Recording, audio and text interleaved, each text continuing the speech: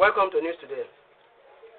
The headline is PDP Crisis takes new dimensions as tear gas rained amidst fresh internal party control struggle. The news in full. It was a heated atmosphere occasioned with chaotic, and emotionally charged confrontation at the routine political engagement in the People's Democratic Party PDP National Secretariat in Abuja on Tuesday. What seems as total confusion for nearly 3 hours as PDP rival factions at each other's neck, which prompted police to fire repeated rounds of tear gas to quell the tension. On that note, party executives, governors, party officials, staff, and journalists scamper for safety. Nyesom Wike, the FCT minister, remained in his vehicle throughout the drama, with heavy security surrounded him. Before the time, though, tension was said to have been built up. It was alleged that a faction loyal to Nyesom Wike, led by Abdurrahman Mohammed, had fixed its Board of Trustees BOT and National Executive Committee NEC meeting for 11 a.m. and 12 and 2 p.m. that day. Coincidentally, and almost immediately, the Kabiru Turaki-led National Working Committee (NWC) had scheduled its own first meeting for 10 a.m. This clash of overlapping interest schedules created a direct collision of interest, rivalry, and unresolved grievances in the program meeting. The full-blown trouble and confusion that called for the intervention of police officials started when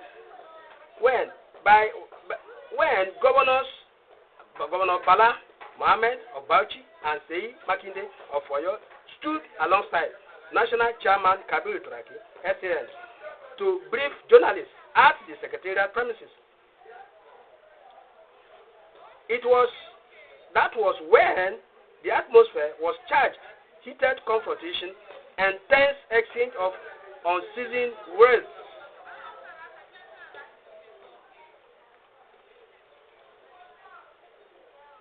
From that point, the game changed from verbal abuse to the first physical confrontation inside the Secretariat's NEC hall, where supporters from both sides began to show their strength as members of Turaki's NWC were pushed out of the building as tempers flared. The scuffle quickly escalated into an exchange of blows. That was when police had to fire the first round of tear gas. Later on, Nyesom Wike's convoy drove in, with officials in charge released heavier bullets and sent people to scramble in all directions for safety.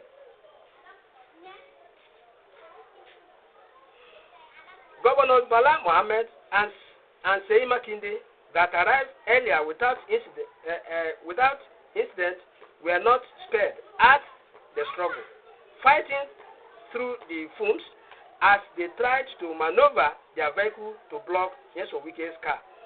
That action alone turned the confrontation into an open struggle for control of the party's headquarters nationwide. In his growing anger and disbelief of development, Governor Bala Mohammed had this to say, quote, "We are not here to cause trouble. This is our own place, and some impostors who have been expelled by the convention, which is the highest decision organ of the party, came to cause commotion. And you can see the minister of the FCT coming himself in person, being backed up by the police." End of quote.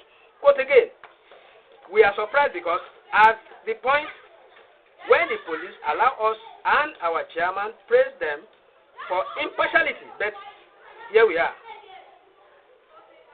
We are here to see it. We are here to sit in. End of quote. The situation refused to die down. So, Governor Mohammed grew even more aggrieved and apprehensive and said, quote, our property, our rights, yet as governors, we have been molested in spite of our community, in spite of our immunity, and in spite of whatever protection we have as leaders in our own right with our chairman. This is for the nation to guide the kind of democracy we have, the kind of leadership that we have. End of quote. Quote again, I would advise the presidency because it should not keep people who are no longer useful in terms of managing the political space, managing our diversity, creating unity and governance. End of quote. He then warned and said, we do not want to cause trouble for anybody. Yes, you are in the opposition. We are in the opposition. We should be allowed to survive. The international community should know that we should know what we are going through. We are going through hell. End of quote. Quote again, our party is being destroyed by people from inside, and the relevant rules were invoked to get them out. We are here to reintegrate our leaders, and this is what is happening. End of quote. Quote again, so we are not going anywhere. Even if they will kill us, we have obliged our chairman's invitation. Maybe we will hear more from him, but certainly we are cautioned that this thing is getting out of hand. Enough is enough. End of quote. However, the FCT Deputy Commissioner of Police Operations, Ishaku Sharu, at the gate, repeatedly attempted to persuade the governors to move their vehicles so that Nyesom Wike could either align and join the meeting or leave the premise entirely for peace to reign. Unfortunately, therefore, the governors refused and insisted the minister must withdraw first. The journalists were not left out of the trouble as they were pushed aside as security operatives intensified their efforts to control the crowd, since that situation was going out of hand. On the other hand, was Kabiru Turaki, SAN, inside the premises, looked vividly upset as he recounted his earlier conversation with the police officer. Quote, well, yesterday, when I had an interaction with the Commissioner of Police of the FCT, I told him that we had private information that people who have been expelled from our party were planning to come to our headquarters to disrupt our activities. And the Commissioner of Police, FCT, assured me upon his honor that they will do whatever was possible to protect us and guarantee us safe passage into our premises. Turaki explained further. Turaki was steadfastly with hardened tone looking towards Nyesom Wike's convoy. Turaki quote again, now we are here. Our serving and former governors are here. Our members of the National Executive Committee are here. Our members of the Board of Trustees are here. And you have seen how they have now granted access to the Minister of FCT, a person who has been declared personal non-grantor in the PDP, a person who has been expelled to come in. End of quote. Quote again, they have tear-gassed us and tear-gassed even our governors who under this constitution are protected. Some of our boys, some of our members who came here to attend a meeting that have been lawfully called have been shot by the police. Turaki further lamented. Dramatically, his next words carried a plea that put the crisis into the international arena. Specifically, threatened to call Donald Trump to intervene in the matter.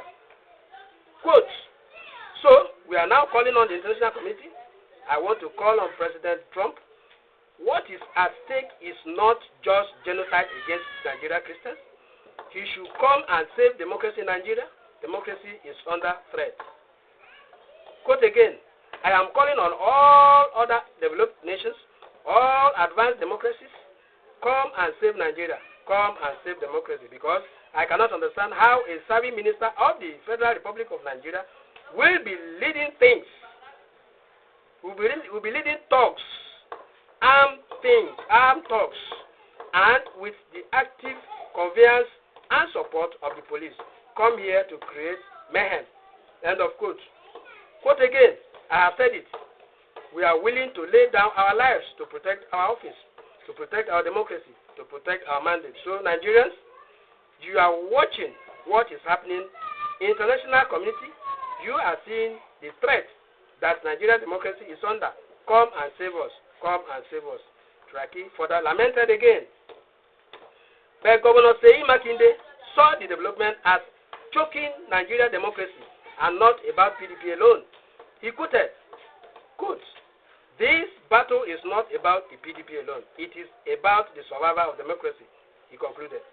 But loyalists from Nyesom Wike's camp dismissed the allegation, claiming that Senator Samuel Anyanwu remained beside the minister in the vehicle throughout the standoff. Affirmed it was obvious to the public at the scene.